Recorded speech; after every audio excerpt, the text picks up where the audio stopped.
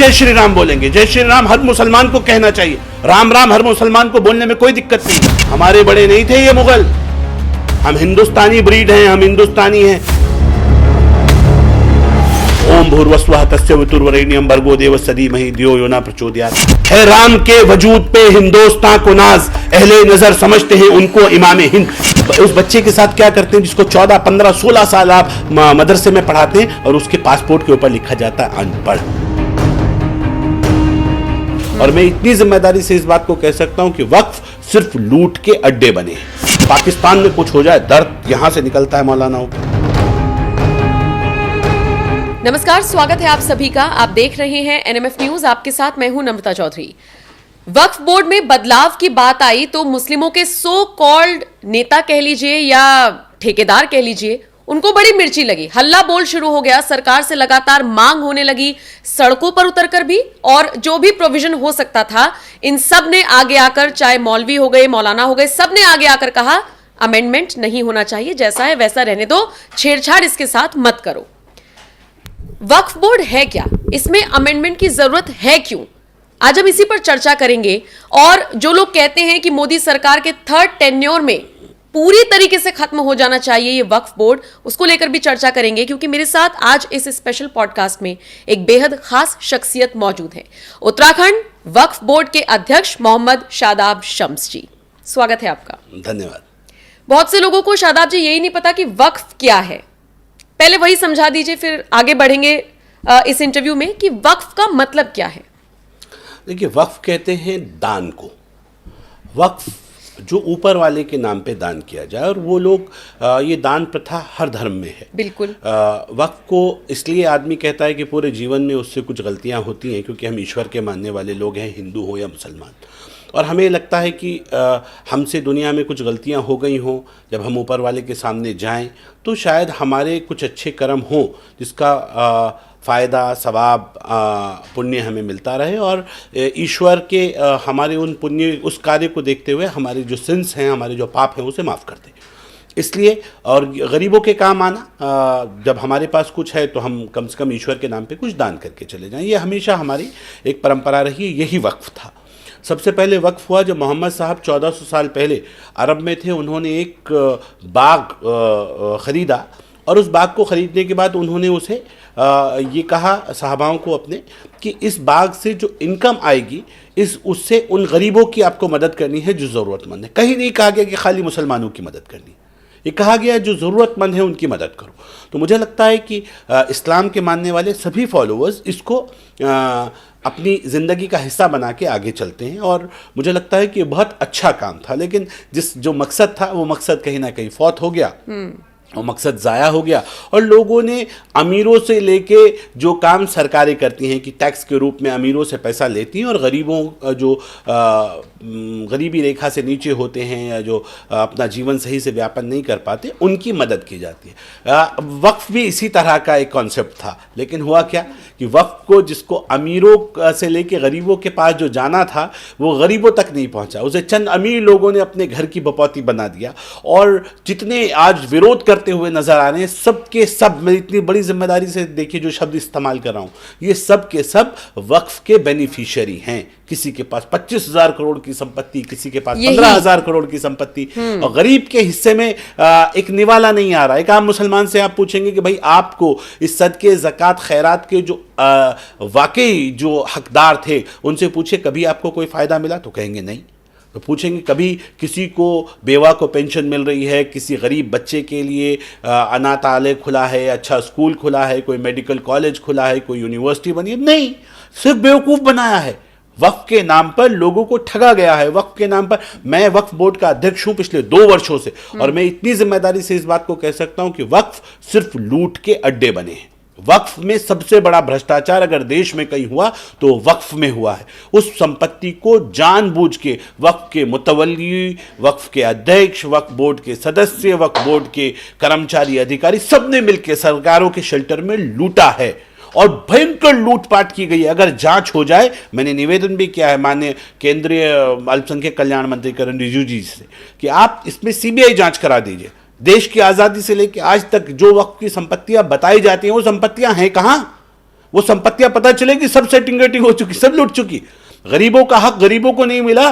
किसी ने अपना बढ़िया होटल बनाया हुआ। मेरे यहाँ उत्तराखंड में एक बड़े नेता हुए, संजय गांधी जी के साथी रहे, कांग्रेस, यूथ कांग्रेस के बड़े मजबूत नेता हुए, अकबर अहमद डंपी, पूर्व सांसद भी हैं। 200 बीघा में रिसोर्ट बना हुआ है नैनीताल रामगढ़ के अंदर। ये वक्फ का हाल है। एक दूसरे सांसद हुए मुजफ्फरनगर के से, कांग्रेस के सांसद होते थे जमा साहब, सईदुज़्ज़मा, उन्होंने कलियर के अंदर पूरा बढ़िया शानदार वाला कब्जा किया हुआ। तो खुद मुस्लिम उलेमा, मुस्लिम धर्मगुरु जिनके पीछे मुसलमान फॉलो करता है, कलियर के सज्जादे, जो दरगाह है साबिर पाक की, दुनिया की बहुत मान्यता प्राप्त दरगाह है, पूरी दुनिया से वहाँ लोग आते हैं, और जो अपने नाम के आगे साबरी लगाते हैं वो साबिर पाक की निस्बत से वो लोग जुड़े रहते हैं।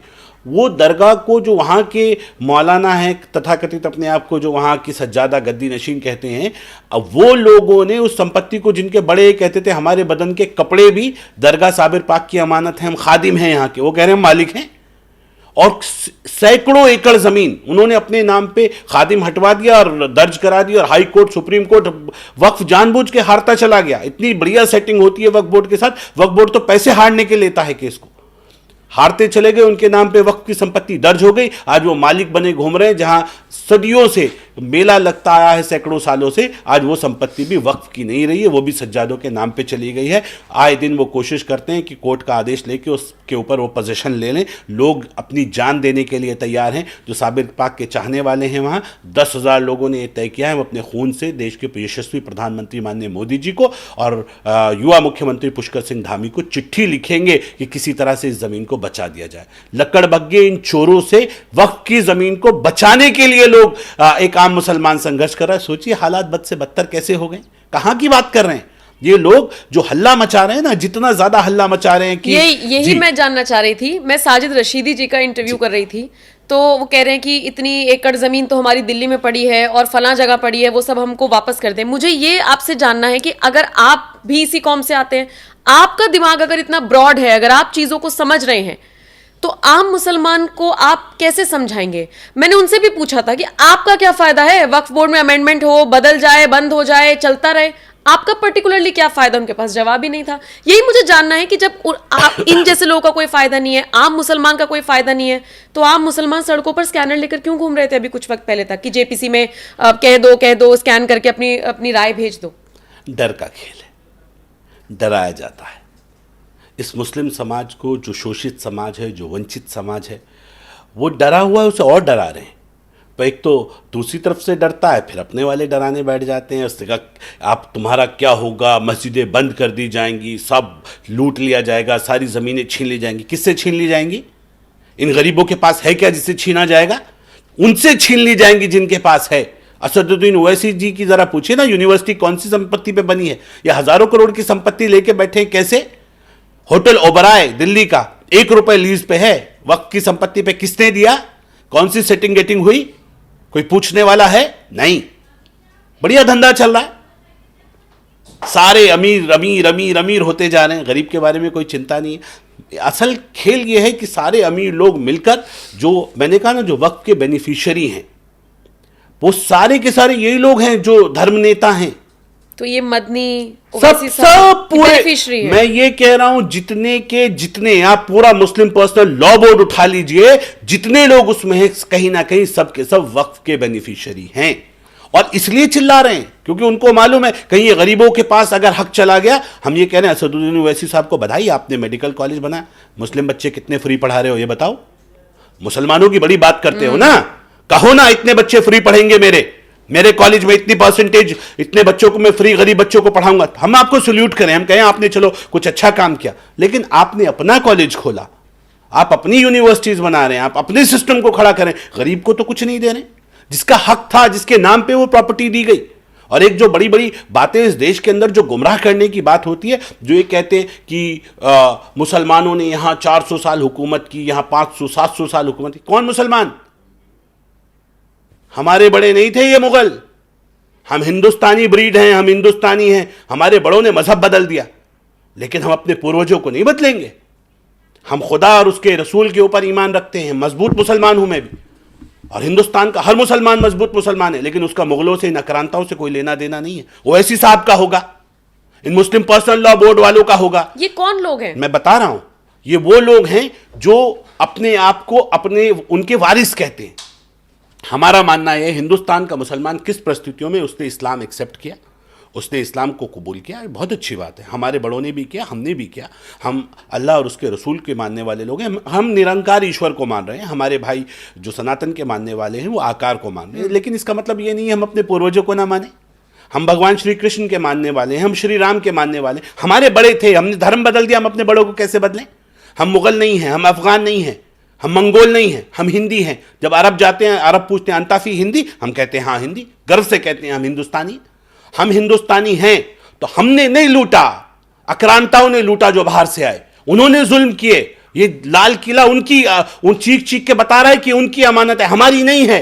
हम तो वो पीड़ित पक्ष हैं, वो शोषित पक्ष हैं, वो वंचित पक्ष हैं जिसके ऊपर जुल्म हुआ। जब राजा महाराजा, जब बादशाह अपना हंटर चलाते होंगे तो हमारे बड़े भी उस हंटर की लपेट में आते होंगे। बिल्कुल, जो लोग ये कहते हैं कि नहीं हम यहाँ के उन मुगलों के पैरोकार हैं, हम उन मुगलों के वारिस हैं, ये होंगे वारिस मुगलों के, हम नहीं हैं। हम हिंदी हैं, हम वो हैं। जब एक आम हिंदुस्तानी पे, आम भारतीय पे जुल्म हो रहा था तो हमारे बड़ों पे भी हो रहा था। हम वो दर्द वाले लोग हैं। और इसलिए मैं कहता हूं कि जो अपने आप को मुगलों से जोड़े वो जोड़े। मैं तो अपने आप को नबी मोहम्मद साहब और उनके साहबाओं से जोड़ता हूं, अपने आप को श्री राम से जोड़ता हूं, श्री कृष्ण से जोड़ता हूं। ये मेरा कल्चर है। जय श्री राम बोल पाएंगे? बिल्कुल जय श्री राम बोलेंगे। जय श्री राम हर मुसलमान को कहना चाहिए। राम राम हर मुसलमान को बोलने में कोई दिक्कत नहीं है। जय का मतलब क्या होता है? जिंदाबाद। श्री का मतलब क्या होता है? जनाब। राम का मतलब क्या होता है? श्री राम। अगर हम राम की जिंदाबाद करने में किसी को दिक्कत हो सकती है क्या? बिल्कुल नहीं होनी चाहिए। आपको राहुल गांधी की जिंदाबाद करने में तो दिक्कत नहीं है, आपको अखिलेश यादव की जिंदाबाद करने में तो दिक्कत नहीं है, आपको और नेताओं की जिंदाबाद करने की, सोनिया गांधी की जिंदाबाद करने में दिक्कत नहीं है। लेकिन श्री राम जिसको आत्मसात किया हम लोगों ने, जिसके बारे में कहा अल्लामा इकबाल ने, है राम के वजूद पे हिंदुस्तां को नाज, अहले नजर समझते हैं उनको इमाम हिंद। इमाम हिंद का इमाम उसे कहते हैं जिसको आप फॉलो करते हैं, जिसकी इताअत करते हैं। बिल्कुल। आप उसकी जिंदाबाद करने में आपको तकलीफ हो रही है? कमाल कर दिया भाई। मतलब मैं अरबों की जिंदाबाद कर लूं, मैं मंगोलों की, चीनियों की जिंदाबाद कर लूं, लेकिन मैं अपने हिंदुस्तान के, अपने पूर्वजों की जिंदाबाद करूं, इसमें मुझे तकलीफ होती है? मुझे तो नहीं है। मैं तो बड़ी ईमानदारी से कहता हूं कि इस मुल्क में मेरे नबी, जिसे मोहम्मद साहब, जिससे मुसलमान आत्मसात करते हैं, फॉलो करते हैं, अमीरे अरब को आई ठंडी हवा जहां से, मेरा वतन वही है, मेरा वतन वही है। मेरे नबी के लबों पे भी आया था इस मुल्क का नाम, यहां वफा है, यही आपका इशारा था। फकत मुझे ही नहीं, मेरा मुल्क जान से अजीज, मेरे नबी को भी हिंदुस्तान प्यारा था। वो मुल्क है जहां वफाओं की खुशबू आती है। मेरे नबी को जहां से कहा गया कि यहां से वफाओं की खुशबू आती है, वहां बेवफाई कैसे हो सकती है? इसका मतलब ये जो चंद मौलाना बैठे हैं, धर्म के ठेकेदार बैठे हैं, जो देश को बांटने का षड्यंत्र कर रहे हैं, ये उनकी कॉन्स्पिरेसी है। नहीं, आपके लिए देश पहले, ये तो मैं समझ गई आपकी बातों से। एक मौलवी साहब को मैं सुन रही थी, उनसे पूछा गया डिबेट में कि देश पहले की आप कुरान को पहले रखेंगे, उन्होंने कुरान का नाम लिया। हुब्बुल वतनी निफ्सुल ईमान क्या है? वतन से मोहब्बत आधा ईमान है। वतन से मोहब्बत आधा ईमान। और अपने वतन से मुसलमान कितना बड़ा देशभक्त है, इसका सबूत आपको इस्लाम देता है। लोग ब्याज खाते हैं, मुसलमान ब्याज नहीं खाता। क्यों नहीं खाता? कभी जानने की कोशिश की? मुसलमान ब्याज इसलिए नहीं खाता कि ब्याज खाने से देश की इकोनॉमी कमजोर होती है। आपके जो दूसरे लोग जिसको आपने ब्याज में दिया, वो उससे तड़प तड़प के नीचे जमींदोज होता जाता है।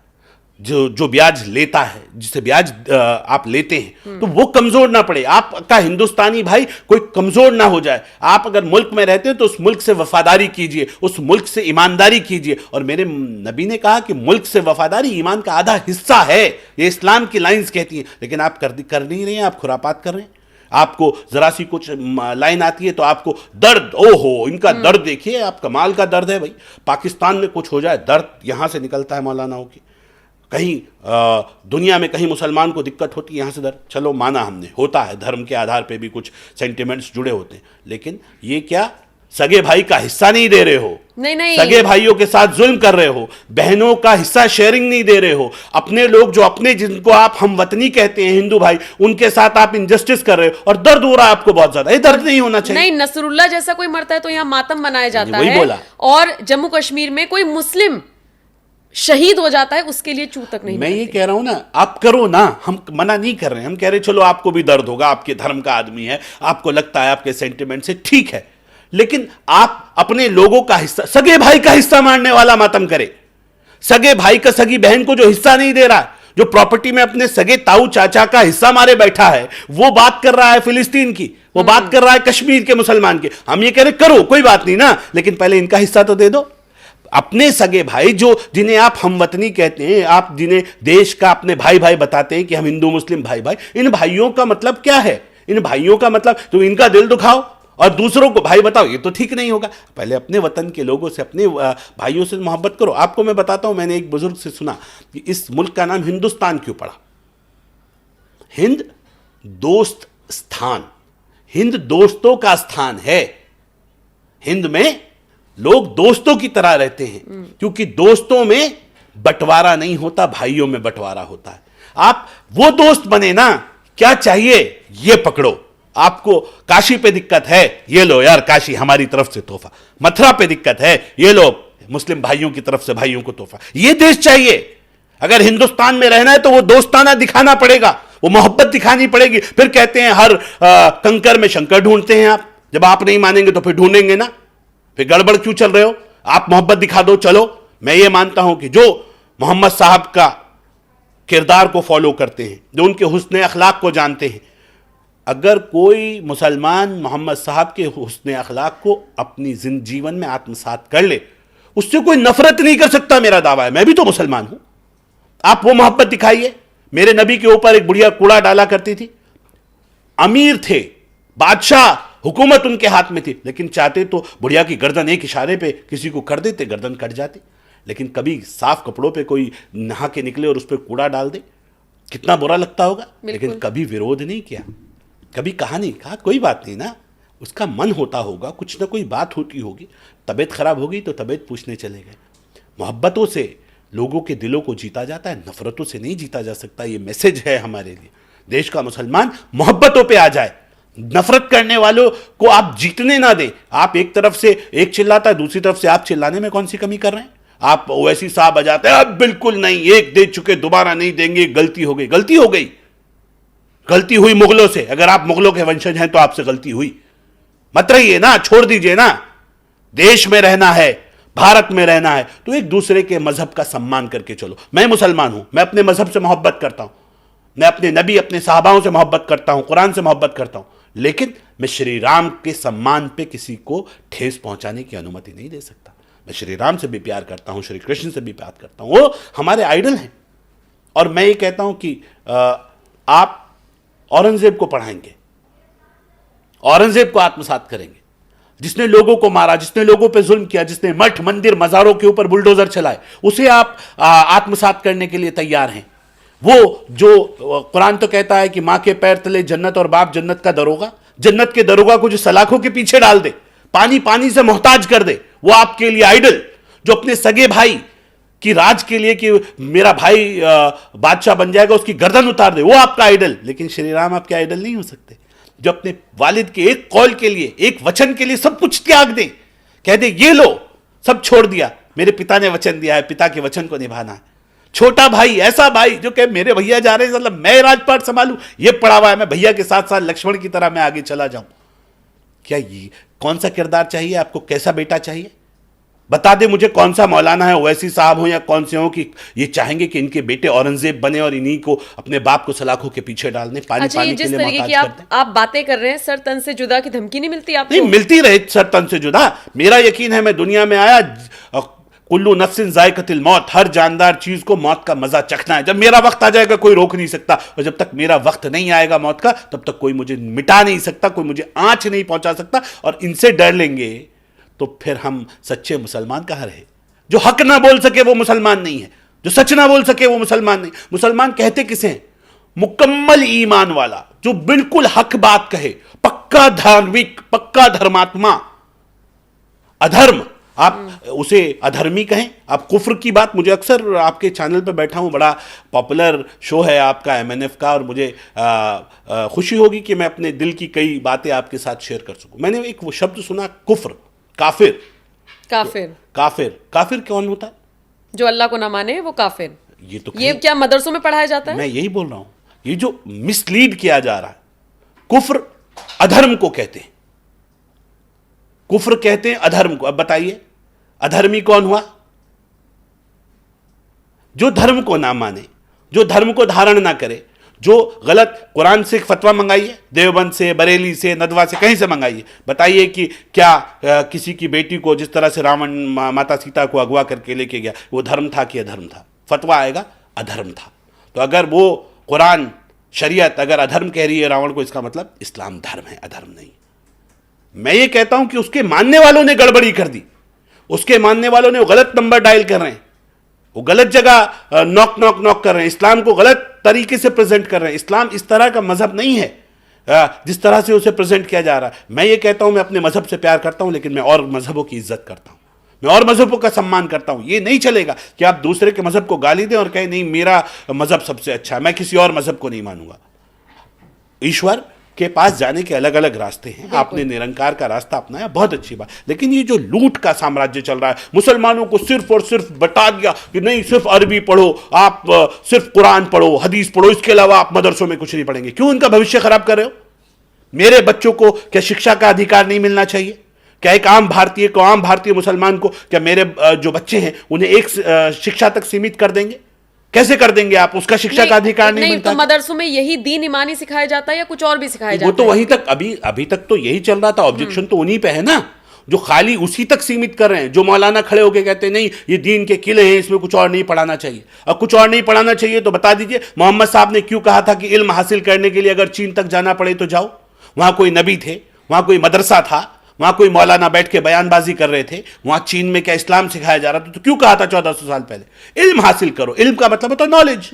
तो आप नॉलेज गेन कीजिए और नॉलेज गेन करके आप मजबूत बनिए, उस नॉलेज से अपने आप को, अपने समाज को, अपने देश को मजबूत कीजिए। इन्होंने पता नहीं कौन सी नॉलेज गेन कर रहे हैं, ये बम फटने वाली कौन कौन से नॉलेज हैं जो ये गेन कर रहे हैं। आप देखिए ना, क्या पीओके में जो मदरसे हैं वहां कौन सी तालीम, कौन सी शिक्षा दी जा रही है? क्या कहां लेके जाना चाहते हो देश को? मेरा मानना है देश के अंदर मॉडल मदरसे बनने चाहिए, हर बच्चे को शिक्षा का अधिकार हो। और इन मदरसों को जो आज मदरसे हैं, मैंने तो उत्तराखंड में एक मॉडल मदरसे के रूप में एक मदरसा हमने तैयार किया है। हमारा मानना है कि उसमें NCERT का सिलेबस हो, इंग्लिश मीडियम पैटर्न, और उसके अंदर हमने कहा हम श्री राम को भी पढ़ाएंगे, हम श्री कृष्ण को भी पढ़ाएंगे, हम अपने तमाम नबियों को, अपने सहाबाओं को पढ़ाएंगे, उनके किरदारों को पढ़ाएंगे। और वहाँ मेरा बच्चा 8 बजे से 12 बजे तक, 1 बजे तक वो सामान्य स्कूल की शिक्षा NCERT का सिलेबस पढ़े, और उसके बाद वो 2 घंटे 4 घंटे जितना पढ़ना चाहे वो अपनी कुरान पढ़े। कोई दिक्कत नहीं है हमें। हम कभी नहीं चाहते कि मुसलमान नमाज ना पढ़े, मुसलमान कुरान ना पढ़े, वो मजबूत मुसलमान बने। लेकिन अगर मॉडर्न मदरसों वाले आपके कॉन्सेप्ट में बच्चे जय श्री राम पढ़ेंगे, मुस्लिम बच्चे, तो विवाद, मतलब उन लोगों को आपत्ति होगी। कैसे? और उससे बड़ी बात जो मेरे को जानना ये कि मुस्लिम बच्चों को आप जय श्री राम पढ़ा रहे हैं, तो फिर जो और बच्चे होंगे उनको भी बाकी चीजें पढ़ने के लिए कहा जाएगा। मैं ये कह रहा हूं कि सब पढ़े, सब पढ़िए ना आप।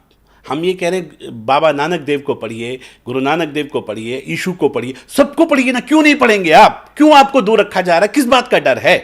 हम कब कह रहे हैं कि आप इस्लाम को मत मानिए? हम कब कह रहे हैं कि आप इस्लाम को सही से फॉलो मत? हम तो कह रहे हैं 5 वक्त की नमाज पढ़ो, बहुत ईमानदारी के साथ पढ़ो, इस्लाम को प्रॉपर लाइन पे फॉलो करो, लेकिन सब कुछ पढ़ के, सब कुछ सीख के करो ना। आप उस बच्चे के साथ क्या करते हैं जिसको 14, 15, 16 साल आप मदरसे में पढ़ाते हैं और उसके पासपोर्ट के ऊपर लिखा जाता है अनपढ़? क्या आप उस बच्चे के साथ जस्टिफाई कर रहे हैं, जस्टिफिकेशन कर रहे हैं? क्या होगा इसका भविष्य बताइए? कहाँ जाएगा? क्या नौकरी करेगा? ये मदरसा ही खोलेगा, इसके पास दूसरा ऑप्शन नहीं है। मदरसा पढ़ा है, अब 14-15 साल हो गए, अब नौकरी कहीं मिलेगी नहीं, या तो इमाम बनूंगा किसी मस्जिद का, या कोई मस्जिद खोलूंगा, या कोई मदरसा खोलूंगा, और ऑप्शन नहीं है मेरे उस बच्चे के पास। तो आप किस दिशा में लेके जा रहे हैं देश को?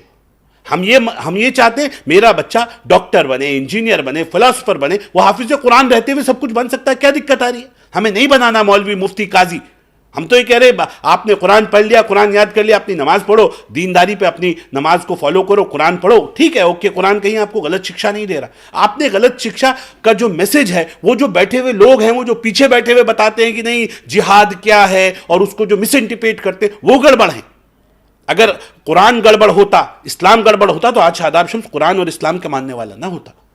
मुझे ये यकीन है कि कुरान और इस्लाम में कोई दिक्कत नहीं है, इन मौलानाओं में दिक्कत है जो गलत तरह से उस इस्लाम को बताते हैं, जो उसे समझाते हैं। वो जो गड़बड़ वाले लोग हैं, उन गड़बड़ वाले लोगों का इलाज करने की जरूरत है। और इसलिए मैं ये मानता हूं कि अगर देश को आगे बढ़ना है तो फिर आपको पॉजिटिव नोट पे आगे आना पड़ेगा। आज उत्तराखंड के अंदर युवा मुख्यमंत्री यूसीसी लागू करने जा रहे हैं, पुष्कर सिंह धामी।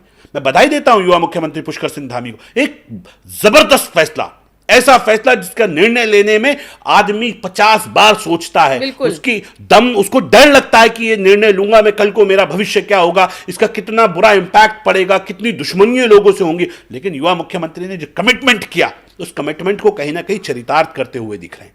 और मैं ये कह सकता हूं कि एक बार यूसीसी लागू होगा तो यूसीसी वो होगा जिसे पूरा देश आत्मसात करेगा।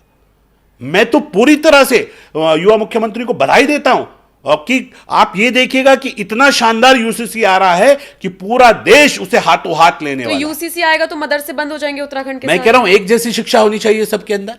हमारा कहना तो यही है, कोई जरूरत नहीं ना, सब बच्चों को उत्तराखंड बोर्ड का सिलेबस दो, एक जैसा सिलेबस मेरे बच्चे पढ़े। जो मुसलमान हैं वो उसके बाद कुरान पढ़े। Yes, one nation one education. मुसलमान स्कूल पूरा होने के बाद इन मदरसों में कुरान पढ़े, कोई दिक्कत नहीं। हिंदू वेद और पुराण पढ़े शिशु मंदिर में, कोई दिक्कत नहीं। जो बौद्ध मठ हैं वहां दोपहर तक यही सिलेबस चले और दोपहर के बाद वहां भी वो अपनी धर्म की तालीमों को हासिल करें, कोई दिक्कत नहीं ना। लेकिन आप एनसीईआरटी का सिलेबस नहीं पढ़ेंगे, आप देश का सिलेबस नहीं पढ़ेंगे और आप खाली एक ही सिलेबस पढ़ेंगे, ये बर्दाश्त नहीं होना चाहिए।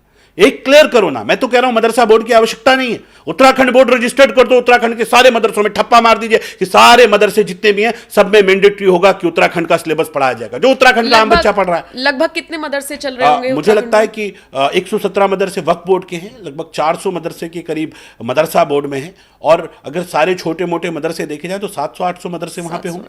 तो मैं ये कह रहा हूं सबको आप स्कूल में, मदरसा एक अरबी का शब्द है जिसका हिंदी अनुवाद विद्यालय होता है, सिंपल लाइन है, इंग्लिश में स्कूल कहते हैं। अरब का बच्चा जब स्कूल जाता है वो कहता है mom I am going to मदरसा, तो क्या दिक्कत है? तो मदरसे में आप एक ही शिक्षा क्यों पढ़ाएंगे? और क्यों नहीं पढ़ाएंगे आप? मेरे वीरों की गाथाएं जिन्होंने देश के लिए कुर्बानी दी वो क्यों ना पढ़ाया जाए? आम बच्चे को क्यों ना पता चले कि देश के लिए कुर्बानी देने वाले शहीद भगत सिंह को नहीं पढ़ा रहे हैं? क्यों नहीं पढ़ा रहे हैं आप? पढ़ाना पड़ेगा आपको, ये लागू करना चाहिए सरकारों को, बिना रोक के, बिना हिचक के। और आम मुसलमान, मैं ये कहता हूं, मैं जितना मुसलमानों को जानता हूं, अपनी कौम को जानता हूं, अगर ईमानदारी से सरकार साफ नियतों से लागू करेंगी कि नहीं मैंडेटरी होगा सारे मदरसों में कि उत्तराखंड बोर्ड पढ़ाया जाएगा, तो मुझे नहीं लगता कि कोई मना करेगा।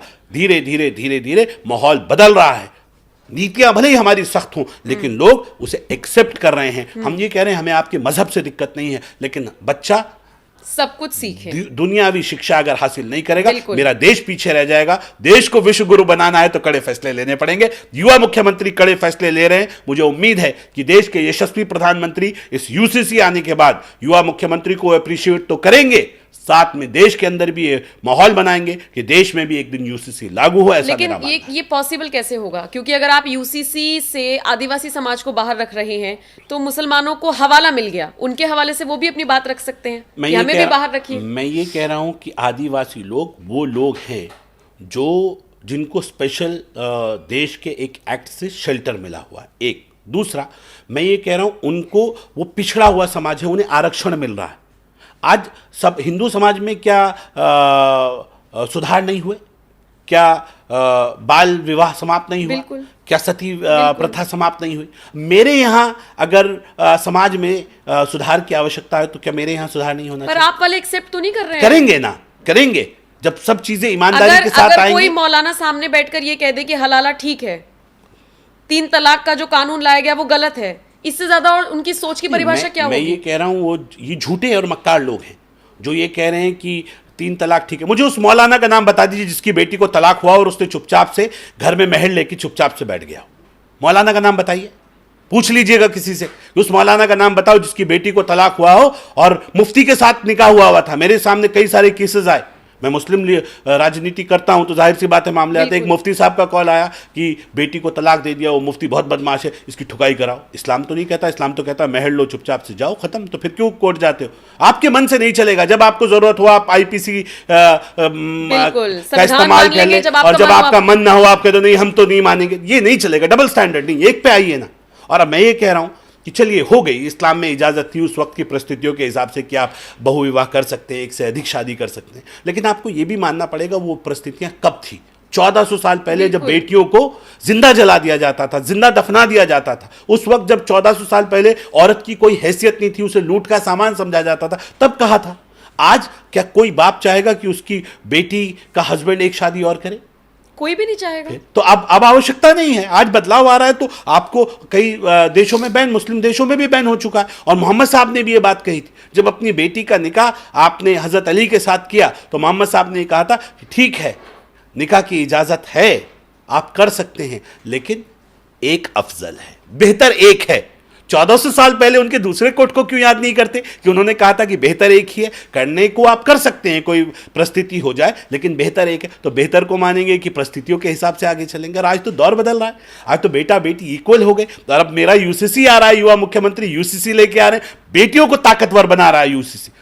50% बेटियों का अधिकार, आधी प्रॉपर्टी बेटी को ऑटोमेटिक चली जाएगी। उसके जो खसरा खतौनी होंगी, बेटी है जैसे बेटे के नाम पे दर्ज होती है, ऐसी बेटी का नाम पे भी दर्ज हो जाएगी। तो बेटियों को कितनी ताकत दे रहा है यूसीसी, बेटियों को इतना मजबूत बना दिया जाएगा। अब मेरी बेटी, वो हिंदू मुस्लिम तो नहीं कर रहे हैं यूसीसी में, सबकी बेटियां इक्वल होंगी, सबकी बेटियां साझी होंगी। मुसलमान बेटियों को भी हक मिलेगा, हिंदू बेटियों को भी हक मिलेगा, सिख बेटियों को भी हक मिलेगा, क्रिश्चियन बेटियों को भी हक मिलेगा। ये होता है ईमानदारी। और मेरी सरकार, चाहे मोदी सरकार हो या धामी सरकार हो, जितनी योजनाएं हैं बिना धर्म जाति देखे दे रहे हैं। 5 लाख रुपए का मुफ्त इलाज उत्तराखंड में दिया जा रहा है।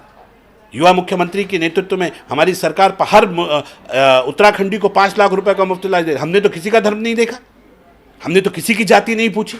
हम तो ये कह रहे हैं जो उत्तराखंडी है, तो जो भारतीय है, मोदी जी की योजना है गरीब भारतीयों के लिए, हर सबको राशन मिले, सबको छत मिले, प्रधानमंत्री आवास योजना, प्रधानमंत्री उज्ज्वला योजना, तमाम योजनाएं।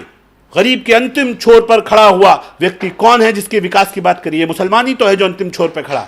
सच्चर कमेटी की रिपोर्ट ने कहा, लेकिन मुसलमानों के लिए किया क्या, बता दीजिए ना। आज कि शिमला के अंदर किसकी सरकार है? शिमला में कांग्रेस की सरकार है। और यहां मुसलमानों के चढ़ाते हैं, अरे देखो मस्जिद का मामला हो गया, मस्जिद का मामला। अब वहां शिमला में मस्जिद का मामला हुआ तो क्यों कांग्रेस की आवाज नहीं निकल रही है? डबल स्टैंडर्ड, ये डबल स्टैंडर्ड है। और हम ये कह रहे हैं कि ये जो डबल स्टैंडर्ड है, मुसलमानों को समझना चाहिए ये क्या चल रहा है। मतलब यहां कोई और स्टैंडर्ड होगा आपका, और शिमला में कोई और स्टैंडर्ड होगा। आप जहां आपकी सरकार है वहां आपके पैरामीटर्स बदल जाएंगे। दूसरी बात, अब उत्तराखंड के अंदर भी माहौल गर्म चल रहा है, लगातार कोई ना कोई मामला सामने आता रहे। हमारा मानना है कि उत्तराखंड एक देवभूमि उत्तराखंड है। बिल्कुल। वहाँ सबसे बड़ी परेशानी, चाहे हिमाचल हो या उत्तराखंड हो, जो बड़ी दिक्कत यह है कि वहाँ के कल्चर अलग हैं। हमारे यहाँ जो पहाड़ में रहने वाले लोग हैं, वो हर बेटी पूरे गांव के लोगों को भैजी कह के बात करती है। हम बुली कहते हैं कि बुली सुन, वो गांव की बेटी सबकी बेटी, गांव की बेटी के बच्चे पूरे गांव को मामा बोलते हैं। तो ये कल्चर है उत्तराखंड का। अब उत्तराखंड के कल्चर में बाहर का व्यक्ति आया, वो उस कल्चर को नहीं समझता, वो गांव की बेटी को बेटी नहीं समझ रहा है, गांव की बहन को बहन नहीं समझ रहा है। फिर वो बच्चियां, कई बार छोटी बच्चियां होती है, गुमराह हो जाती हैं, फिर उससे माहौल खराब हो जाता है। फिर कहते हैं यार देखो पहाड़ में क्या हो रहा है। पहाड़ के कल्चर को समझोगे तब तो पहाड़ में रहोगे। पहाड़ के कल्चर को समझ नहीं रहे हो, वहां के कल्चर के साथ छेड़छाड़ होती है तो चीजें खराब होती हैं। फिर लोगों के अंदर एग्रेशन आता है, लोगों के अंदर गुस्सा आता है। लेकिन देवभूमि में जो भी अराजकता फैलाने की कोशिश करते हैं, मैं तो कई सारी खबरें पढ़ती हूँ कि धामी सरकार बहुत स्ट्रिक्ट एक्शन लेती है। धामी, देखिए मैंने तो ये सुना है देश 2 चीजों से चलता है, राजा के प्रति प्यार और राजा से डर। जिस नेता के अंदर, जिस लीडर के अंदर ये दोनों क्वालिटी होंगी, वो एक अच्छा शासक होगा। लोग डरना भी चाहिए और लोग प्यार भी करना चाहिए। तो जब दोनों चीजें मेरे युवा मुख्यमंत्री में है, योगी जी में है, देश के यशस्वी प्रधानमंत्री माननीय मोदी जी में, तभी तो देश चल रहा है, तभी तो झगड़ों से बच गए हम। आए दिन दंगे होते थे, आए दिन लोगों के घर जलाए जाते थे, आए दिन फसाद होते थे, हजारों लाखों लोग मरते थे, लोगों के कारोबार खत्म होते थे। आज सबसे बच गए।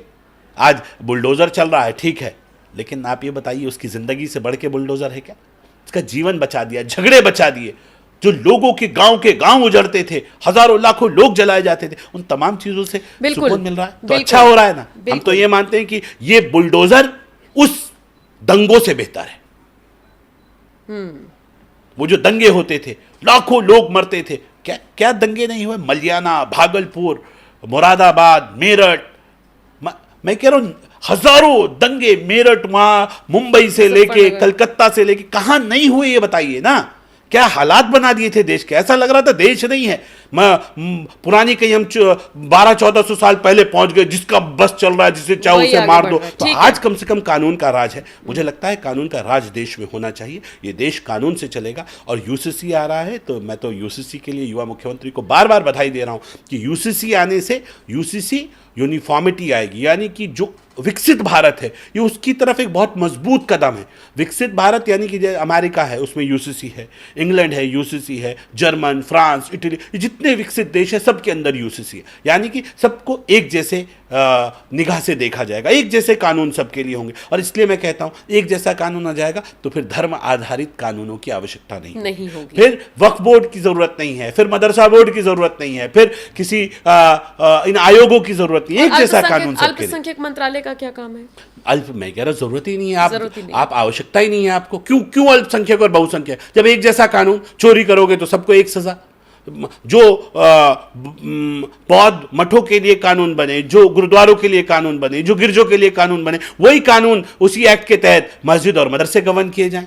तो एक ही जैसा कानून सबके लिए होना। जो मंदिर मस्जिद, जो मंदिरों के लिए बना दिया, जो आश्रमों के लिए बना दिया, वही सबके लिए बनाओ। तो इससे क्या होगा? एक विश्वास, यूनिफॉर्मिटी आएगी, एक विश्वास बढ़ेगा। और हम ये मानते सारे देश को एक शिक्षा का अधिकार, एक एजुकेशन सबके लिए, एक जैसा शिक्षा, और उसके बाद जिसको जो धर्म मानना है वो माने। तो इससे आपसी प्यार मोहब्बत बढ़ेगा, इससे एक दूसरे के प्रति सम्मान बढ़ेगा। और विश्व गुरु बनाना है देश को, तो देश का किरदार कैसा हो? ऐसा देश का किरदार हो, ऐसा मुसलमान देश का बने। आपको मालूम, आपकी जानकारी के लिए बता दूं, पूरी दुनिया में मैं बहुत सारे मुस्लिम देश गया हूं, बहुत सारे मुस्लिम देश घुमा हूं, हिंदुस्तान से अच्छा देश नहीं है कहीं भी। हिंदुस्तान से अच्छा मुसलमानों को कल्चर नहीं मिलेगा। आप पूछिए किसी मुसलमान से, क्या अरब का जो मुसलमान है वो जब शादी करके बहू को लेके आता है तो उसकी बीवी क्या अपने सास ससुर की सेवा करती है? नहीं करती है। मुसलमानों में कल्चर ही नहीं है, वहां मैंडेटरी नहीं है कि अरब के मुसलमानों में, अरब के नहीं, दुनिया के किसी भी मुसलमान में ये कल्चर नहीं है कि बहू आएगी वो सास सेवा करेगी। सास ससुर कहते हैं बेटे का काम है, अब बेटा अपने माँ बाप की सेवा करे, उसकी जिम्मेदारी है, बहू की जिम्मेदारी नहीं है। लेकिन ये मेरे कल्चर में, हिंदुस्तान के कल्चर में जो ये कहता है कि बहू आई वो सास ससुर की खिदमत करेगी, वो जॉइंट फैमिली में रहती है, उसमें देवर भी रहते हैं। अरब की बहुएं नहीं रहती, क्योंकि वहां तो देवर से और जेठ से पर्दा है, तो वो तो उनसे भी, अपने फैमिली मेंबर से भी पर्दा करते हैं। मेरे मुल्क में नहीं है, यहाँ छोटे देवर साथ में रहते हैं, उन्हें भाइयों की तरह भाभी समझती है, नंदों को अपनी बेटियों की तरह समझती है। और इसलिए जब हिंदुस्तान का मुसलमान अपने कल्चर को आत्मसात करता है, इस भारतीय संस्कृति को अपने अंदर आत्मसात करके इस्लाम को फॉलो करता है, तब वो दुनिया से में सारे मुसलमानों से सर्वश्रेष्ठ हो जाता है। तो अगर हमें विश्व गुरु बनना है तो हमें अपने कल्चर को आत्मसात करना पड़ेगा। तो अरब का मुसलमान कहे अगर इस्लाम कहीं सीखना है तो जाओ हिंदुस्तान के मुसलमान से सीखो। ऐसा होता है इस्लाम, जहां बेटियां सास ससुर की भी सेवा करती हैं, बेटे सास ससुर की भी सेवा करते हैं, बहनों को भी बराबर हक देते हैं, भाइयों को भी बराबर हक देते हैं, किसी का हक नहीं मारते। ऐसा इस्लाम बने जो पूरी दुनिया का मुसलमान, ऐसा भारत बने पूरी दुनिया का मुसलमान कहे अगर मुसलमान कहीं इस्लाम देखना है तो जाओ भारत से सीखो। ऐसा क्रिश्चियन बनेगा भारत में जो कहेगा कि आप क्रिश्चियनिटी के साथ साथ वो ह्यूमैनिटी को फॉलो करता होगा। वो कहेगा पूरी दुनिया में कहीं घूम लो, अगर क्रिश्चियन कहीं सब दुनिया का सबसे अच्छा क्रिश्चियन देखा तो भारत में देखा। मिसाल बननी है, तब हम विश्व गुरु बनेंगे। और अगर विश्व गुरु बनना है तो आपको उस दिशा में मजबूती से कदम उठाने पड़ेंगे, सबको साथ आना पड़ेगा और सब एक दूसरे के धर्मों का सम्मान करें और एक दूसरे को साथ लेके चलें। तो मुझे बनता है विश्व गुरु भी बनेंगे हम। वो दिन भी आएगा कि हम विश्व गुरु भी बनेंगे और हमारी अलग पहचान भी आएगी। और मैं एक बात जरूर कहूंगा कि हम कौन हैं? हम भारतीय हैं। और भारतीय सबसे पहले ये याद रखना होगा, हम सबसे पहले भारतीय हैं। और मुझे ये उम्मीद है कि जब आप भारतीय हैं ना तो इस भारतीयता की लाज रखनी पड़ेगी आपको। आप किसी से कम नहीं हैं, आप सुपीरियर हैं दुनिया में। मैंने कहा इस भारतीय संस्कृति से बढ़िया कोई संस्कृति नहीं है और हिंदू से अच्छा पड़ोसी आपको पूरी दुनिया में नहीं मिलेगा। पूरी दुनिया घूम लीजिए, जो नफरतें हैं उस नफरतों को दूर करने में हमें साथ आना पड़ेगा, एक दूसरे के प्रति विश्वास दिलाना पड़ेगा, एक दूसरे के साथ विश्वास करना पड़ेगा, एक दूसरे के धर्मों का सम्मान करना पड़ेगा। हम साथ आएंगे तो एक बहुत सुंदर भारत बनाएंगे। और हमें ये प्रण लेना पड़ेगा, न डरेंगे न डराएंगे, न लड़ेंगे न लड़ाएंगे, मोदी जी का श्रेष्ठ भारत बनाएंगे।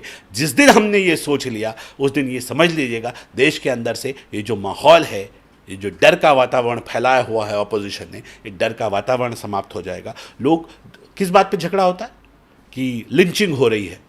लिंचिंग क्यों हो रही है?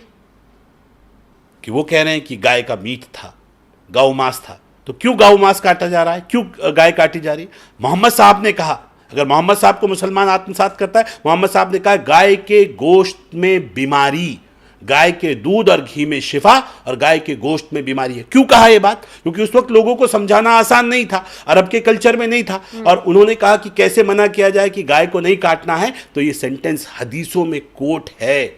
और आज एक तरफ कह रहा है, आप कहते हैं हम भाई भाई, एक कह रहा है गाय हमारी माता है, आप फिर भी उसको काटने की नापाक हरकत कर रहे हैं। ऐसे लोगों को बख्शा नहीं जाना चाहिए। मैं ये कह रहा हूँ, देश के अंदर ये बहुत बड़ी बात है। मैं मुग़लों को ईमानदारी से मैं बिल्कुल पसंद नहीं करता, लेकिन मुग़लों की एक बात मुझे बहुत पसंद आई। मैंने ये सुना, जिस दिन से बाबर नामा में लिखा था, बाबर ने कहा कि कभी मुग़लों के राज में गाय नहीं काटी जानी चाहिए। बाबर से लेके बहादुर शाह जफर तक के कार्यकाल में कहीं गौ हत्या नहीं हुई। ये अंग्रेज़ों की देन थी कि अंग्रेज़ों ने हिंदू मुस्लिम डिवाइडेशन के लिए मुसलमानों को कहा कि तुम गाय काटो, हम गाय खाएंगे, और तुम सुअर काटो, हम सुअर खाएंगे। और फिर दोनों को भिड़ाने के लिए एक राजनीति की 1857 की जो क्रांति थी, उसके अंदर ये लाइन को, उसके बाद इस लाइन को जोड़ा गया। हम ये कह रहे हैं कि आज मुसलमानों को दिखाई नहीं दे रहा कि आप कहते हैं एक तरफ हमारा भाई है, अरे भाई की माँ तुम्हारी भी तो मौसी हुई।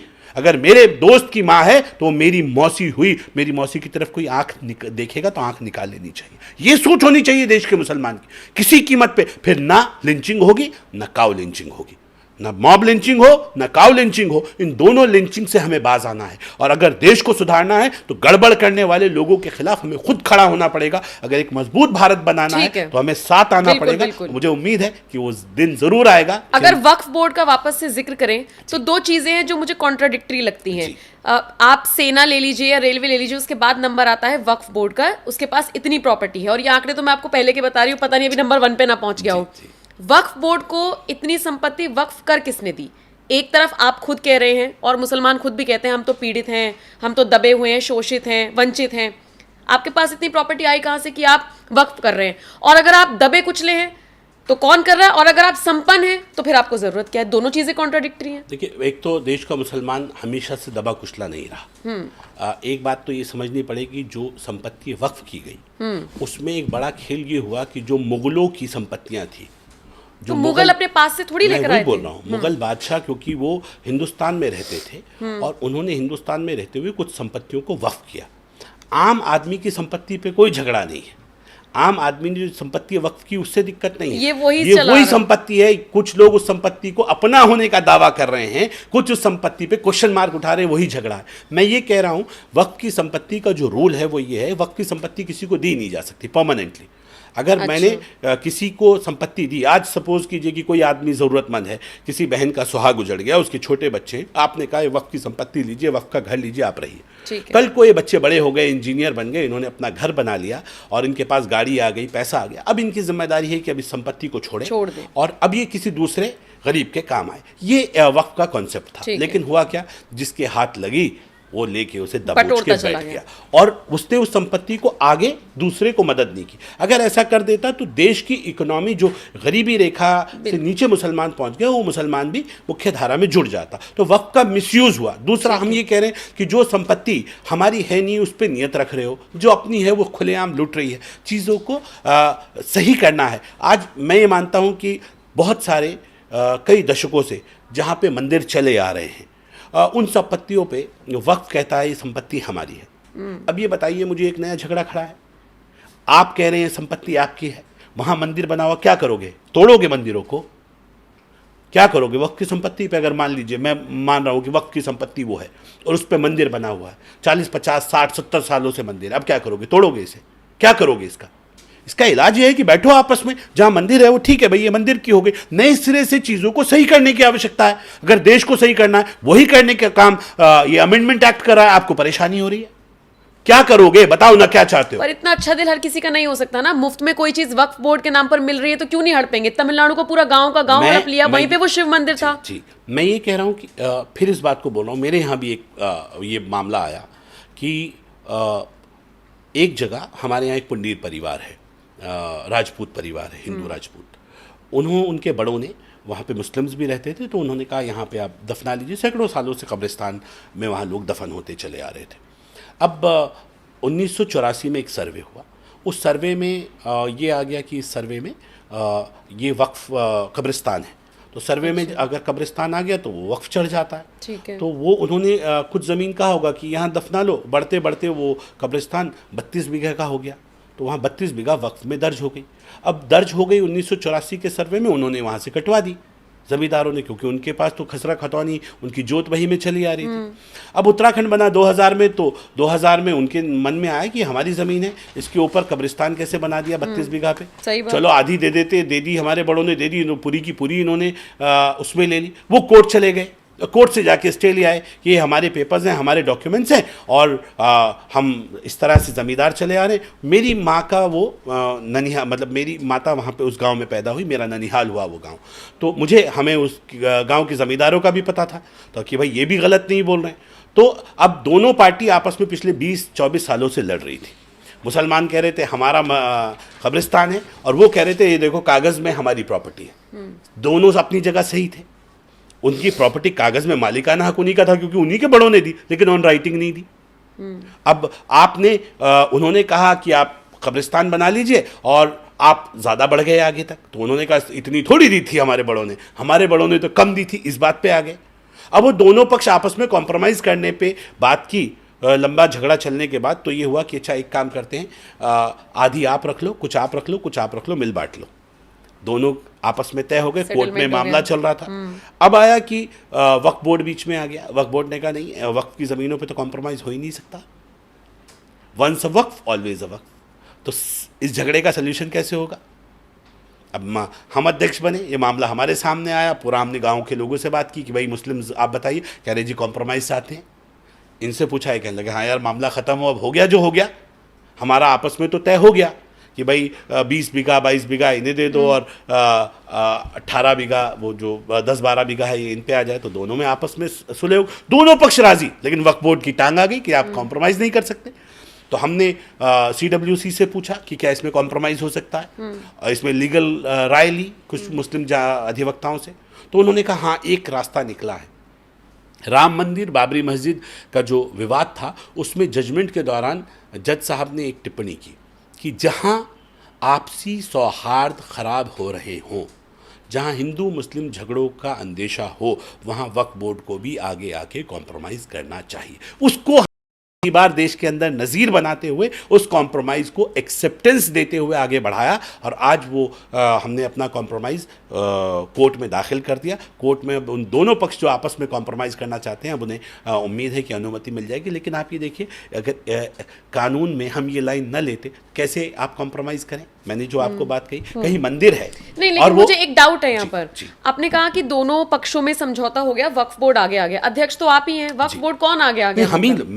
हम ही आ गया है ना। किस चीज में आगे आए? इनमें कॉम्प्रोमाइज की दोनों पक्ष चाहते हैं तो कॉम्प्रोमाइज होना चाहिए। इसमें रिटर्न में इन लोगों को अनुमति दी जाए, जबकि वक्फ बोर्ड नहीं देता है अनुमति। वो कहता है हम तो लड़ेंगे, हमारी जमीन है, हम क्यों छोड़ें। शायद कहीं और का मामला होता, नहीं होता तो उलझा रह जाता। यस, तो धामी सरकार का दम है कि हम एक राष्ट्रवादी विचारधारा से आते हैं, और हमें मालूम है कि दोनों समाजों को जोड़ के चलना है, न तोड़ के नहीं चलना है। तो ये लाइन आ गई, नहीं तो कल को इसके ऊपर भी दंगे फसाद शुरू हो जाते। और पहले भी इसमें इस तरह का माहौल बन चुका है, कई बार वहाँ हिंदू मुस्लिम राइट्स के मामले सामने आए। तो इन चीज़ों को रोकने के लिए आपको अमेंडमेंट की ज़रूरत थी, जो मैं कहना चाह रहा हूँ। तो वो अमेंडमेंट आज तक नहीं है। वो अमेंडमेंट, मैं ये कह रहा हूँ, अगर अमेंडमेंट आ जाए तो क्या कितना अच्छा हो कि हिंदू मुस्लिम दोनों धर्मगुरु आपस में बैठें, और आपस में बैठ के तय करें कि जितने विवाद हैं सब आपस में सॉर्ट आउट करते हैं ना। बताओ कहाँ कहाँ दिक्कत है, बैठो आप, हम और आप भाई भाई हैं, ईमानदारी से अपने आप को छोटा भाई बड़ा भाई बने, हिंदू धर्मगुरु मुस्लिम धर्मगुरु सब बैठे हैं आपस में, बताइए कहाँ कहाँ डिस्प्यूट है, सब क्लियर करते हैं, तब देश आगे बढ़ेगा। फिर आप ये नहीं कहेंगे कि ये दिक्कत हो रही। और एक बार एक माहौल क्यों नहीं बन सकता देश के अंदर? मैं ये कह रहा हूं कि इस माहौल को बनाने की ज़रूरत है। ये माहौल बनेगा, देश एक साथ आएगा। जहां मंदिर हैं वहां मंदिर रहें, जहां मस्जिद और मदरसे बन गए, चलो भाई हर अपनी अपनी जगह रहो। जो मौके की स्थिति है, उस मौके की स्थिति को आप मान लो, होल्ड करो, और अब आप कहो कि देखो अब इस मामले पे हम नहीं झगड़ेंगे, अब देश के बारे में सोचेंगे, देश को आगे कैसे बढ़ाना है। लेकिन फिर ये बात देखिए, इसमें मुझे फिर एक डाउट है, फिर मुस्लिम भी तो कह देंगे कि जहां पे मंदिर है हम मंदिर छोड़ देते हैं, जहां पर मस्जिद है वहां मस्जिद छोड़ दीजिए। नहीं, मस्जिद कहाँ पे है? अब शाही ईदगाह वाला मामला है। हमने कहा कि ऐसी जगह तो हमने कहा कॉम्प्रोमाइज करो, बैठो, छोड़े मुसलमान, कहें कि नहीं ये हमारे भाइयों की आस्था का विषय है, जैसे हमने बाबरी मस्जिद के ऊपर कुर्बानी दी है ऐसे हम आगे भी देंगे, बताइए कहां कहां डिस्प्यूट है, चलो इसे फिर खत्म ओवैसी आगे आ जाएंगे, एक बार गलती मैं कह रहा हूं ओवैसी जैसे लोगों की तो और मौलानाओं की तो दुकान बंद करनी है। मैंने तभी तो कहा अच्छे धर्मगुरु, दोनों समाज के अच्छे धर्मगुरुओं को बैठना चाहिए। लेकिन हम अच्छे धर्मगुरु कैसे जज करें? अगर दारुल इस्लाम, अगर वहां से देवबंद की मैं बात कर रही हूं, अगर वहां से ये बात आती है कि गजवाए हिंद उसको मान्यता दे दी जाती है, तो ऐसे मौलाना, ऐसे मदरसे, ऐसे उलेमाओं को हम किसे अच्छा समझें? देखिए देश के अंदर आप ये समझ लीजिए 4% लोग हैं जो अपने आप को धर्म का ठेकेदार मानते हैं। 96% मुसलमान तंग आ चुका है, आजिज आ चुका है इस परेशानी से, बस वो कंफ्यूज है, वो कंफ्यूज है। और वो मैं ये बता रहा हूं आपको, थोड़ी सी लाइन हमारी ठीक हो जाए, मैं हमारी कह रहा हूं, ये बात को बहुत गंभीरता से लीजिएगा, और ये एक बार बैठ के आपसी रास्ते निकल जाएं, तो हिंदुस्तान का मुसलमान किसी कीमत पर भी इनके पीछे चलने के लिए तैयार नहीं है। चीज़ें बेहतर दिशा में आगे बढ़ सकती हैं और मुझे उम्मीद है इससे बढ़िया समय नहीं है जो आज चल रहा है। अगर आज सही नहीं हुई तो फिर कभी सही नहीं हो सकती। आज देश मजबूत हाथों में है, प्रदेशों में मजबूत कमांड है, लोगों की समझ में आ रहा है कि नहीं दिक्कतें हैं और इन दिक्कतों को दूर करना है तो सब साथ बैठ के ही दूर कर पाएंगे। हम कोई छोटा बड़ा नहीं है, हम सब भारतीय हैं, एक माँ की संतान है, एक भारत माँ के बच्चे हैं। और अगर हमने ये सही से सोच लिया तो मुझे लगता है कि सारे दोनों धर्म के जो अच्छे धर्मगुरु हैं सब ईमानदारी से बैठ गए तो ये जो जितना भी गंद फैला हुआ है ये सारा गंद साफ होगा। और मैं फिर इस बात को कह रहा हूँ, एक बार बैठ के दोनों धर्मों के जो अच्छे धर्मगुरु हैं दोनों साथ बैठ के ये तय कर लें कि बताओ विवाद कौन कौन से हैं और इन तमाम विवादों का चलो निस्तारण करते हैं, खत्म करते हैं ना।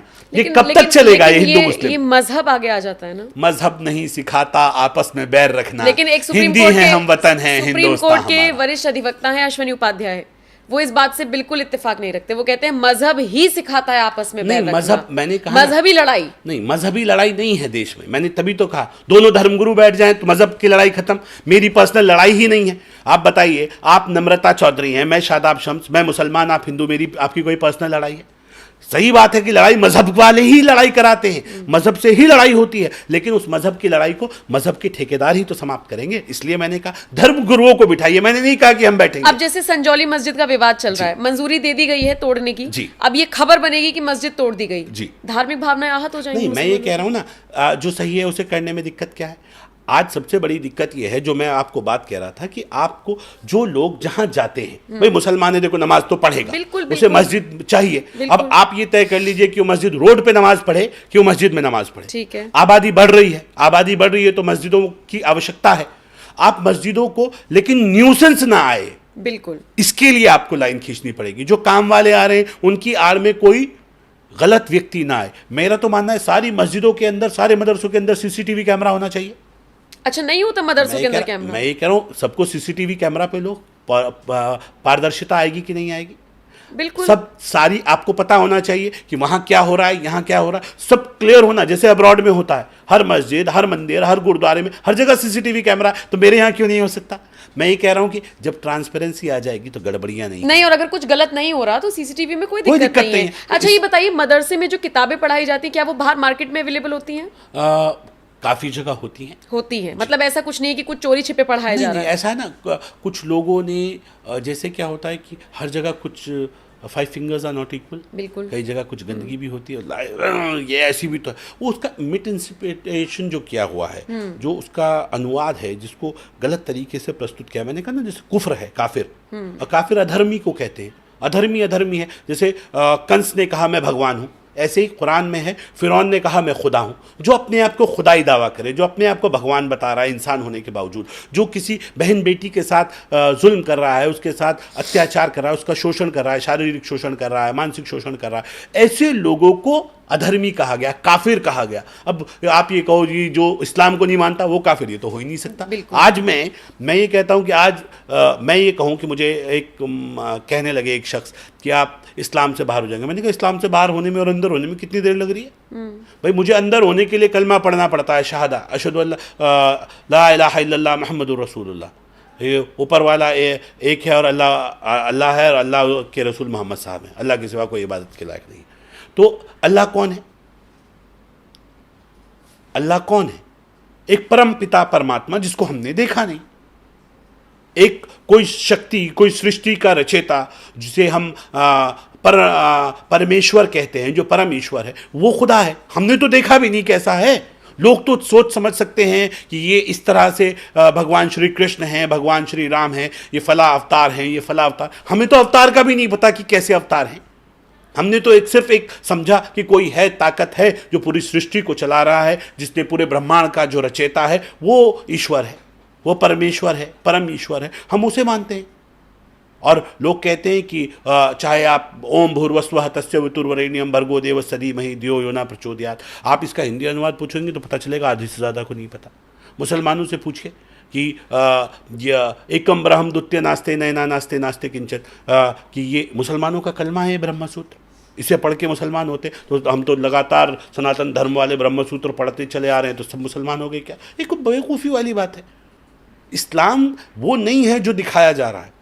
आप सच्चे अच्छे इंसान बने, ठीक है, वो लाइन चले तो कहीं बात। उत्तराखंड का आपने जिक्र किया, यूसीसी का जिक्र किया, भू कानून को लेकर भी लगातार मांग हो रही है। ये क्या फायदेमंद साबित होगा या फिर नुकसानदायक? देवभूमि उत्तराखंड है और सबको अपने कल्चर को बचाने का अधिकार है। मैं ये मानता हूँ, हमने जब उत्तराखंड की लड़ाई लड़ी, उत्तराखंड बनाने की लड़ाई लड़ी, तो पहली लाइन यही थी कि खोदा जंगूरा खाएंगे उत्तराखंड बनाएंगे। ठीक है ना? हम तो भूखे रह के, वो जिस खाने को कोई पूछता नहीं है, हम वो खाएंगे लेकिन उत्तराखंड बनाएंगे। हमारा कल्चर, हमारी जो विरासत है, हम अगर उसे बचाना चाहते हैं तो इसमें तो कोई गलत नहीं है। अगर उत्तराखंड के अंदर भू कानून आएगा, आप आइए, आप वहाँ घर बनाइए, घर बना के आप रहिए, लेकिन वहाँ की प्रॉपर्टियों के ऊपर बाहरी लोगों का कब्जा हो जाए, बाहर के लोग पूरे के पूरे उत्तराखंड आ जाए, तो उसमें जो उसकी आत्मा है वो उसकी आत्मा नहीं रहेगी। क्योंकि पहाड़ के लोग, चाहे वो किसी भी धर्म के मानने वाले हो, मैं इस बात को कह रहा हूँ, वो उस पहाड़ के कल्चर के महत्व को समझते हैं, उस पहाड़ के कल्चर को समझते हैं, उस पहाड़ के जुज को समझते हैं। जो बाहर से आया वो नहीं समझता, चाहे वो हिंदू हो, सिख हो, क्रिश्चियन, कोई भी धर्म का आदमी हो, वो तो व्यापार करने आएगा ना। तो वो उस आस्था को, हमारी उस बुली भैजी वाली व्यवस्था को वो नहीं समझता है। वो जो समझता है, जब वो रहेगा तो उसके लिए आसानियां रहेंगी। उत्तराखंड में जो भी हमारे कल्चर को समझ के रहना चाहता है, उसके लिए उत्तराखंड में कोई दिक्कत नहीं है। इसलिए हमें लगता है ये देवभूमि उत्तराखंड है, इसमें भू कानून इसलिए भी आवश्यक है, कहीं ऐसा ना हो ये देवभूमि में बाहर के व्यापारी लोग ज़्यादा आ जाएँ। भाई व्यापारी को तो व्यापार से मतलब है, उसे धर्म से मतलब नहीं है, और वो मेरे कल्चर को, जिसको हम हिंदुस्तान का सर्वश्रेष्ठ कल्चर कहते हैं, वो कल्चर को ख़राब ना कर दे। जिसकी मिसाल पूरे देश में दी जाती है। इसलिए हमारा मानना है कि इसलिए भू कानून की आवश्यकता है और भू कानून आना चाहिए। एक आखिरी सवाल मैं कहूं या कहूं सलाह उन मुसलमानों को जो भ्रमित हैं इन मौलानाओं के चक्कर में, क्या कहेंगे? मैं इतना ही कहूँगा कि दौर बदल रहा है, हालात बदल रहे हैं, और हिंदुस्तान वो देश है कि ए आबे रूदे गंगा वो दिन है याद तुझको, उतरा तेरे किनारे वो कारवां हमारा, मज़हब नहीं सिखाता आपस में बैर रखना, हिंदी है हम वतन है हिंदुस्तान हमारा।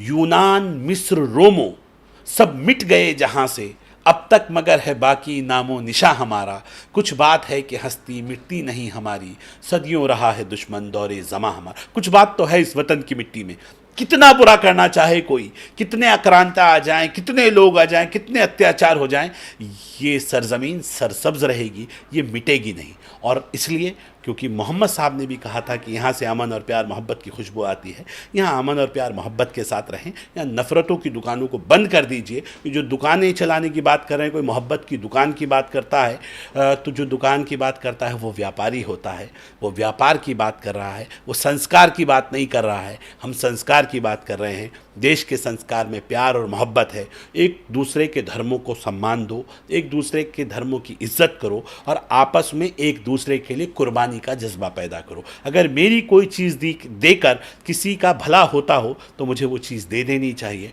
आपसी सौहार्द को बनाने के लिए अगर इन चीज़ों पे हमें आगे आना चाहिए, और मुझे लगता है कि अब हमें दूसरे की माँ को अपनी मौसी समझना पड़ेगा। नहीं समझेंगे तो दिक्कत आएगी। इन नफ़रती बयानबाजों से हमें बाज आना पड़ेगा, जो देश को बांटने की काम करते हैं। हुब्बुल वतनी निफ्सुल ईमान, वतन से मोहब्बत आधा ईमान है। देश के लिए जिएंगे, देश के लिए मरेंगे, देश पहले। मैं एक भारतीय मुसलमान हूँ, भारतीय पहले हूँ उसके बाद मुसलमान हूँ, इस सोच के साथ आगे आएंगे, देश विश्वगुरु भी बनेगा। हमारी अपनी पहचान है। आज हिंदुस्तान का मुसलमान अगर अरब जाता है तो कितना भी बड़ा मौलाना हो, कितना बड़ा मुफ्ती हो, वो चाहे कि मैं अरब जाके रह जाऊँ, अरब के लोग उसे बर्दाश्त नहीं करेंगे क्योंकि वो अरबी हैं। हमारी पहचान भारतीयता है। इसलिए अगर अपनी पहचान, अपने कल्चर को ज़िंदा रखना है जो पहले है, तो आपको ये मानना पड़ेगा कि हमें एक साथ रहना है, एक साथ रहना है और एक दूसरे को मान के रहना है। और मेरा कल्चर सर्वोपरि है, ये हम दुनिया को दिखाएंगे। इस सोच के साथ आगे रहेंगे। मुझे उम्मीद है कि बहुत जल्द हालात बेहतर होंगे। हम विश्वगुरु बनने की दिशा में मजबूती से आगे बढ़ रहे हैं। यूसीसी बहुत मजबूत कदम है। एक मुसलमान अगर यूसीसी को मानते हुए अपने मज़हब को फॉलो करे, तो मैं ज़िम्मेदारी से इस बात को कह रहा हूँ, उसके अपने मज़हब को मानने में उसे कोई दिक्कत आने वाली नहीं है। सिर्फ और सिर्फ राजनीतिक विरोध के चलते विरोध न करें। ये विरोध कई बार पॉलिटिकल विरोध होते होते ये देश का विरोध हो जाता है, समाज का विरोध हो जाता है। उससे हमें बाज आने की ज़रूरत है। हम मिलकर चलें और एक अच्छा भारत बनाएं, उस दिशा में हम सबको साथ चलने की आवश्यकता है। बिल्कुल। शादाब जी, बहुत बहुत शुक्रिया, आप स्टूडियो में आए, आप अपने विचार रखे, और जितने भी लोगों ने इस इंटरव्यू को देखा, आप बताइए क्या आप इन विचारों से सहमत हैं? क्योंकि अमूमन कहा यह जाता है वाकई में कि कुछ मुसलमान, कुछ मैं कह रही हूं, ऐसे हैं जो भ्रमित हैं, और उनको भ्रमित अब नहीं होना चाहिए, शादाब जैसे लोगों को सुनना चाहिए। बहरहाल ये इंटरव्यू आपको कैसा लगा कमेंट सेक्शन में जरूर बताइएगा, और भी इसी तरीके के गेस्ट आपके लिए लाते रहेंगे। नमस्कार।